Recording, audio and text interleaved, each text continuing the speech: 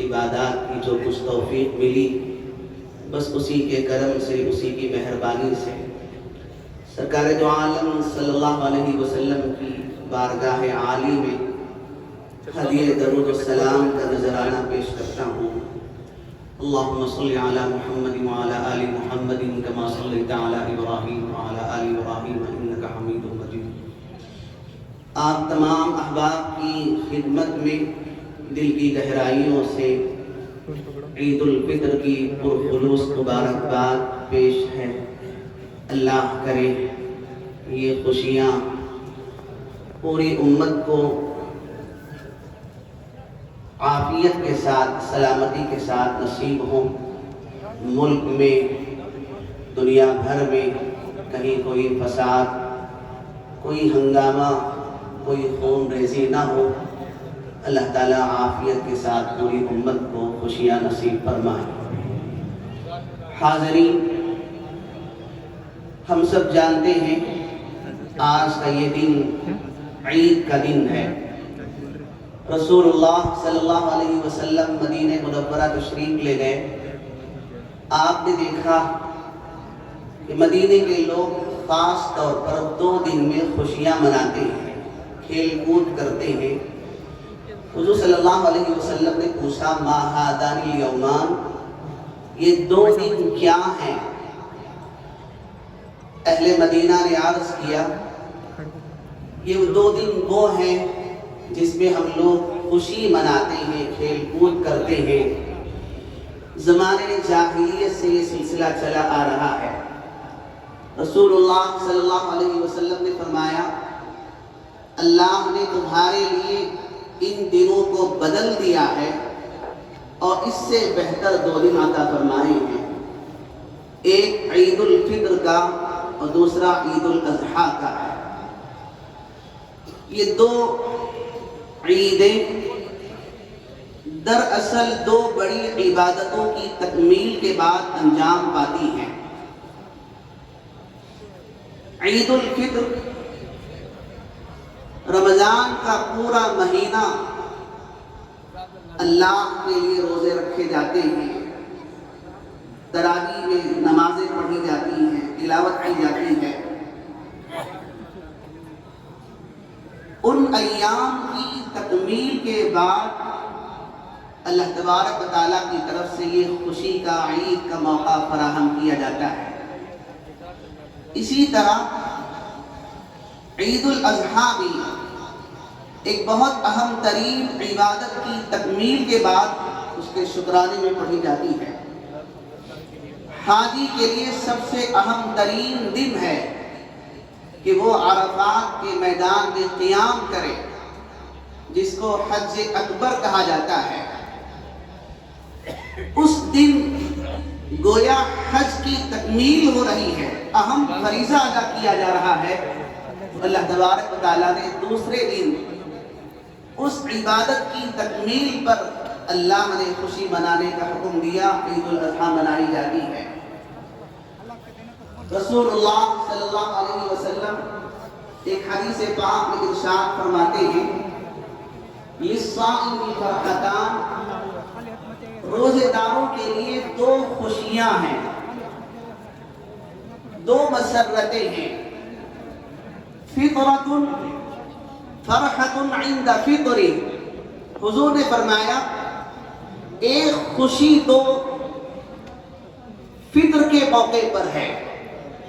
علماء اکرام نے فطر کے 2 معنی لیے ہیں۔ ایک مطلب یہ ہے کہ ہر دن روزے دار جب افطار کرتا ہے تو اللہ کی طرف سے اسے خوشی محسوس ہوتی ہے، خوشی حاصل ہوتی ہے۔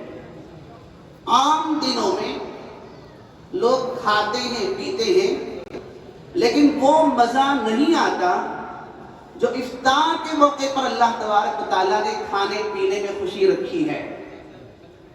دن بھر بھوکا پیاسا رہ کر افطار کا موقع جب آتا ہے تو اللہ کے نام سے لوگ افطار کرتے ہیں تو اس کے کھانے میں ایک عجیب سی لذت ہوتی ہے، ایک عجیب سا مزہ ہوتا ہے۔ فرحۃ عند فطر ہر روز روزے دار کے لیے خوشی کا موقع ہے. جب وہ افطار کر رہا ہے تو اسے ایک طرح کی خوشی محسوس ہوتی ہے. علماء نے فرمایا فرحۃ عند فطری کا دوسرا مطلب یہ ہے پورا مہینہ روزہ رکھتا ہے بندہ مومن اور عید الفطر کے دن وہ خوشی محسوس کرتا ہے کہ اب کھانا پینا جو اللہ نے منع فرما دیا تھا اب کھانے پینے کی گنجائش ہے, عید کا موقع ہے. رسول اللہ صلی اللہ علیہ وسلم فرماتے ہیں کہ عید الفطر کے دن روزے داروں کو صحیح خوشی نصیب ہوتی ہے. یہ اللہ کی طرف سے فیصلہ ہے. ایک خوشی افطار کے موقع پر اور دوسری خوشی اپنے رب سے جب بندہ مومن ملاقات کرتا ہے تو اس ملاقات کے وقت اسے فرحت نصیب ہوتی ہے, خوشی نصیب ہوتی ہے. کس طرح نصیب ہوتی ہے؟ حدیث میں فرمایا گیا الصوم لی وانا اجزی بی. عبادتیں بہت ساری ہیں. نماز عبادت ہے, قرآن کی تلاوت عبادت ہے, صدقہ عبادت ہے. ہر عبادت کا ثواب فرشتے لکھتے ہیں اور روزے کا ثواب اللہ خود دیتے ہیں. الصوم لی وانا اجزی بی. روزہ میرے لیے رکھا گیا اور میں اس کا بدلہ دے رہا ہوں.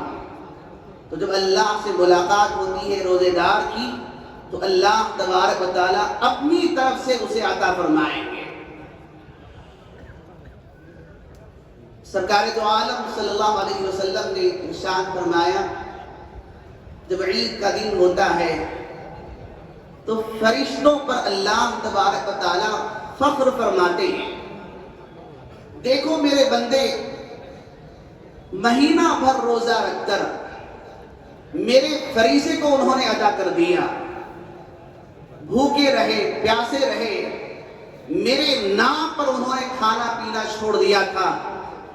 آج وہ خوشی خوشی مجھے منانے کے لیے عیدگاہ کی طرف جا رہے ہیں. فرشتوں جاؤ اور گلیوں میں چوراہوں پر کھڑے ہو کر ان کا استقبال کرو. اللہ تبارک و تعالیٰ فرشتوں کے سامنے فخر فرماتے ہیں. یہ فخر کیوں ہوتا ہے؟ فرشتوں نے انسانوں کی پیدائش کے موقع پر اعتراض کیا تھا اَتَجْعَلُ فِيهَا مَن يُفْسِدُ فِيهَا وَيَسْفِكُ الدِّمَاءَ.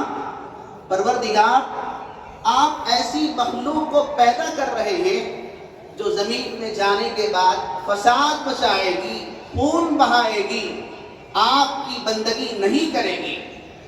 اللہ تبارک و تعالیٰ نے اسی وقت جواب عطا فرمایا تھا انی اعلم ما لا تعلمون. میں جانتا ہوں ان باتوں کو جو تم نہیں جانتے.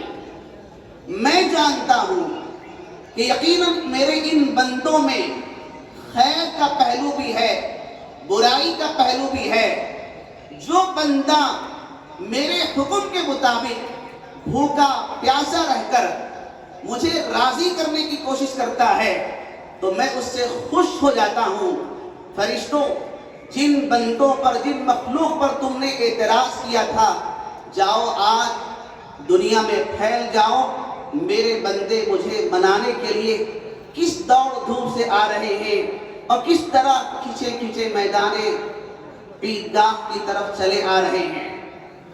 اللہ تبارک و تعالیٰ پھر فرشتوں سے فرماتے ہیں میری عزت کی قسم, میرے جلال کی قسم, میری کبریائی کی قسم, میں ان کی دعا ضرور قبول کروں گا. اگر وہ آخرت مانگتے ہیں تو میں پوری آخرت دے دوں گا, اور اگر وہ دنیا چاہتے ہیں تو میں ان کی مصلحت پر نگاہ رکھوں گا. اگر لگے تو میں دنیا دے دوں گا, ورنہ آخرت میں ان کے لیے بڑا ذخیرہ ہے. حضور اکرم صلی اللہ علیہ وسلم فرماتے ہیں اللہ تبارک و تعالیٰ فرشتوں سے پوچھتے ہیں میرے فرشتوں اس مزدور کا کیا حق ہے جس نے اپنا فریضہ پورا کر لیا ہے؟ فرشتے عرض کرتے ہیں پروردگار اس مزدور کو پوری مزدوری دے دی جائے, پورا بدلہ دے دیا جائے. اللہ تبارک و تعالیٰ فرماتے ہیں عید کی نماز کے بعد عیدگاہ سے جاتے ہوئے اللہ کی طرف سے پروانہ مل رہا ہے فَيَرْجِعُونَ مَغْفُورًا لَهُمْ، عیدگاہ سے لوگ لوٹتے ہیں اپنے گھروں کی طرف، اس حال میں لوٹتے ہیں کہ وہ ان کے گناہ صاف ہو چکے، پاک ہو چکے، ان کی مغفرت ہو چکی۔ مغفرت کا معنی یہ ہے کہ اللہ نے ہمارے گناہوں کو دھو دیا ہے، اللہ نے ہمارے گناہوں کو صاف کر دیا ہے۔ جیسے آج نئے کپڑے پہن کر آئے ہیں، کوئی داغ نہیں، کوئی دھبا نہیں، بالکل سفید لباس ہے، پاک و صاف لباس ہے، تو اللہ تبارک و تعالیٰ روزوں کے بدلے، تراویح کے بدلے، عید کی نماز کے عوض میں ہمارے گناہوں کو صاف کر دیتے ہیں، اور اس طرح صاف کر دیتے ہیں جیسا سفید کپڑا آج پہنا ہوا پاک و صاف ہے۔ اللہ فرماتے ہیں میرے بندو، میں نے تمہیں صاف ستھرا دل دے دیا، میں نے تمہیں صاف ستھرا کپڑا دے دیا، اب تمہاری ذمہ داری یہ ہے کہ دوبارہ اس کو داغدار نہ بناؤ، اس کو دھبا نہ لگاؤ، اور اس کو خراب کرنے کی کوشش نہ کرو۔ مغفرت کے پانی سے تمہارے گناہوں کو صاف کر دیا گیا ہے۔ اللہ تبارک و تعالیٰ جب یہ اعلان فرماتے ہیں تو فرشتے خوشیاں مناتے ہیں کہ محمد صلی اللہ علیہ وسلم کی امت کو اللہ تبارک و تعالیٰ نے آج مغفرت کا پروانہ عطا فرما دیا ہے۔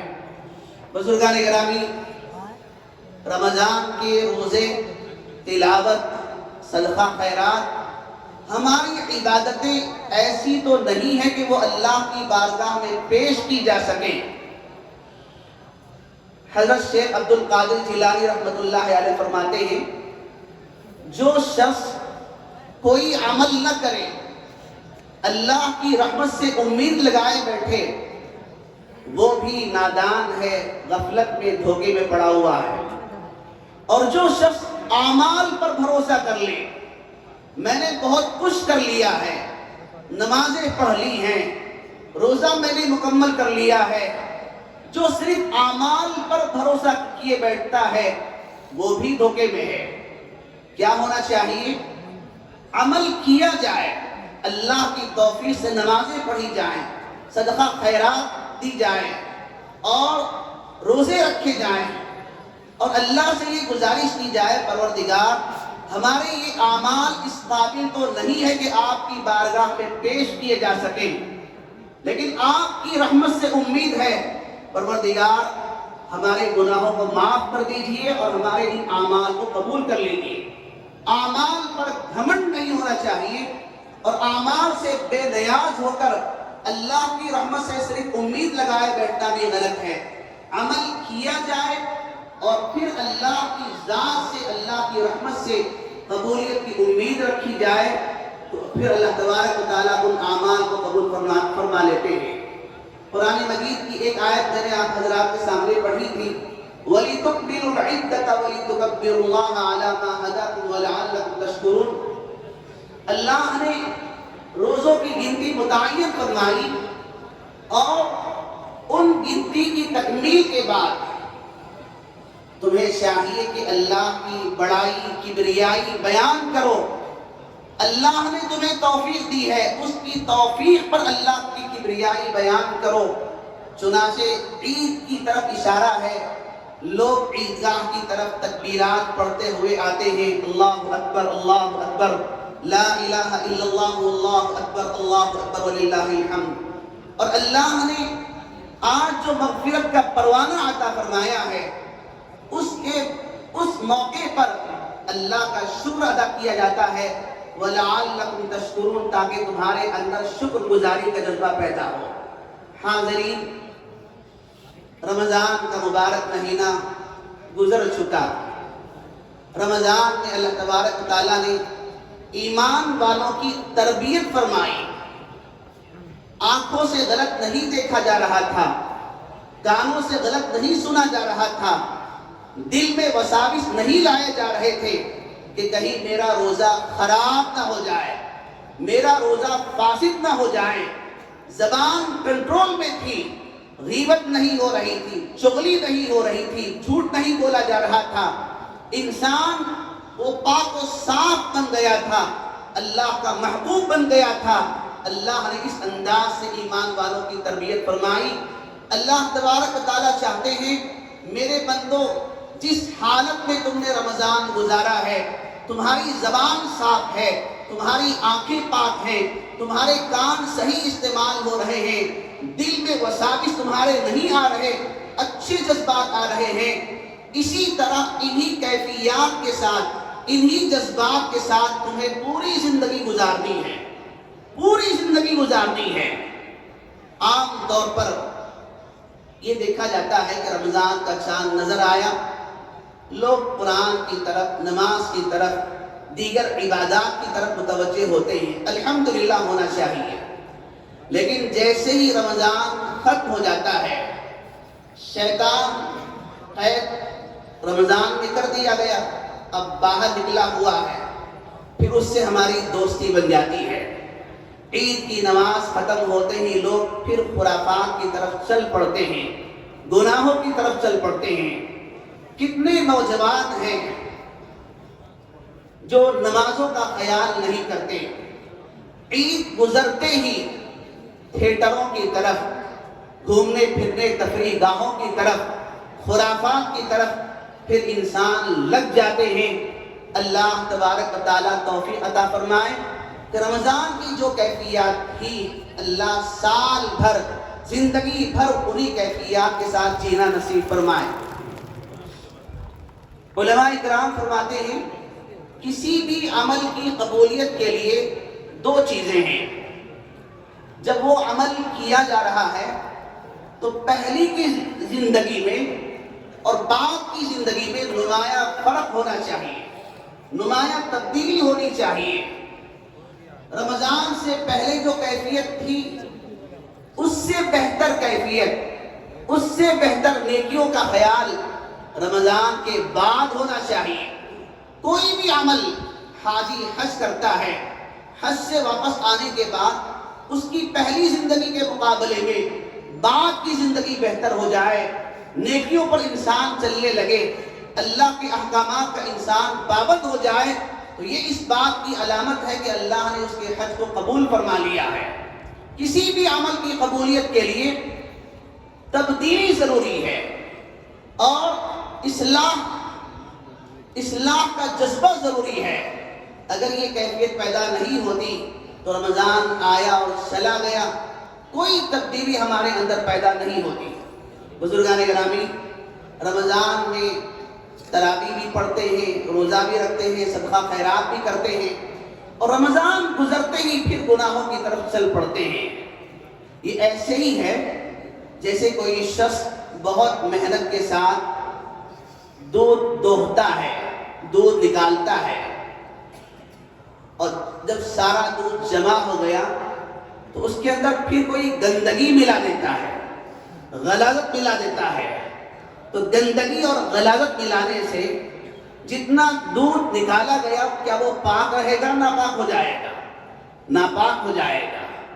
تو رمضان کی ساری عبادتیں، اگر عید گزرتے ہی لوگ سنیما ہال کی طرف چلنے لگے، تھیٹروں کی طرف چلنے لگے، آوارگی کی طرف جانے لگے، بے حیائی کی طرف جانے لگے، اللہ کی احکامات کو پسے پش ڈالنے لگے، تو سمجھ لیجیے کہ رمضان کی جو عبادتیں تھیں، ہم نے ان عبادتوں کے اندر گندگی پھیلا دی ہے، ہم نے ان عبادتوں کو برباد کر دیا ہے، تباہ کر دیا ہے۔ اللہ تبارک و تعالیٰ مجھے، آپ کو، پوری امت کو توفیق نصیب فرمائے، جس کیفیات کے ساتھ، جن کیفیات کے ساتھ ہم نے رمضان گزارا تھا، جن اعمال کے ساتھ ہم نے رمضان گزارا تھا، انہی کیفیات کے ساتھ، انہی اعمال کے ساتھ ہم پوری زندگی گزارنے والے بنے۔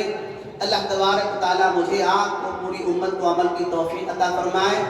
دعا کیجئے اللہ تبارک و تعالیٰ ملک کے چپے چپے میں امن نصیب فرمائے، سلامتی نصیب فرمائے، عادل کا، انصاف کا بول بالا فرمائے، ظلم کا خاتمہ فرمائے، ہم سب کو نیک بندوں میں شامل فرمائے، اور بقیہ زندگی، کتنے لمحات باقی ہیں، کتنے ایام باقی ہیں، کسی کو کچھ پتہ نہیں، جو لمحات ہماری زندگی کے بچے ہوئے ہیں، ہر دن، ہر وقت، ہر لمحہ اپنے آپ کو اللہ کا سپرد بنا دیجئے، اللہ کے سپرد کر دیجئے، اللہ کے احکامات کا تابع بنا دیجئے۔ اللہ تبارک و تعالی ہم سب کو، پوری امت کو عمل کی توفیق نصیب فرمائے۔ اللہ تبارک و تعالی صاف ستھری زندگی پوری امت کو نصیب فرمائے۔ ہماری عبادات کو، ذکر و اذکار کو، تلاوت کو اللہ پاک قبول فرما کر آخرت کا ذخیرہ بنائے، آخرت کی کامیابی نصیب فرمائے۔ میں اس موقع پر ہماری مسجد کے تمام ذمہ داروں کا شکریہ ادا کرتا ہوں کہ انہوں نے مجھے اس لائق سمجھا کہ عید کی نماز کی ذمہ داری ادا کر سکوں، اور آپ حضرات کا بھی میں شکریہ ادا کرتا ہوں کہ مجھ چھوٹے سے حقیر اور معمولی بندے کی آپ حضرات نے حوصلہ افزائی فرمائی اور میری ان باتوں کو آپ نے سننے کی کوشش دوبارہ فرمائی۔ اللہ تبارک و تعالیٰ سب کو بہترین بدلہ عطا فرمائے۔ بارک اللہ لنا ولکم بالقرآن العظیم ونفعنا وإياكم بالآيات والذكر الحكيم إنه تعالى جواد كريم ملك بر رؤوف رحيم ورب حليم۔